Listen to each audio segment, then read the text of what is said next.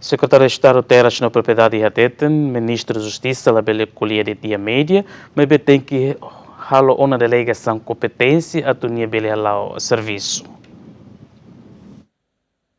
Jaime Xavier Lopes Atuir, Ministro de Justiça, colher da Hiraona e Média, atu delega competência bania atu halo serviço tuir lei haruka. Jaime Xavier Atuir, direção terras no propriedade e haona plano, conaba propriedade Estado Sira, mas bese da bele implementa, também se da ketan competência usi Ministro de Justiça. Eu prometo que a bele hasai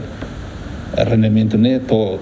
tinanida to ikos mai bele hasai to 10 milhões de dólares. Ba Caixa Geral do Estado, mas ela consegue halo também depois do ministro Futi de competência, contrato de renovação da China, renovação contrato de la China, que a receita nela bela sai também é mais selo contrato de renovação de bem durante a lauhela e processo funciona la bela lau também até a data senhor ministro Futi de contrato de renovação de e lá assina lá o processo batruma nunca assina nunca halo renovação quer dizer kata hoidane plano nebe maka ami plano helatu ba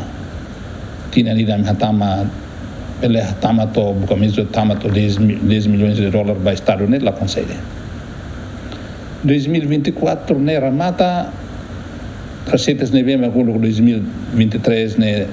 a minha tama, estou falando de dizer, tama 5 milhões 75 mil de dólares vai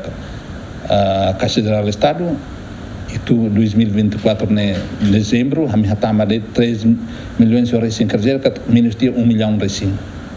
a receita tu não teve e tá buca mesmo em sama tu hatama receitas do Estado a raíssa neve maka rende do Estado la consegue halau. Antes Ministro de Justiça Hateten tempo badak se delega competência ba Secretário de Estado terras no propriedade o de bele hare hikas problemas ira hanesan arrendamento registro perdial no certificado barai José Mendes Jacinto Fuca GMN.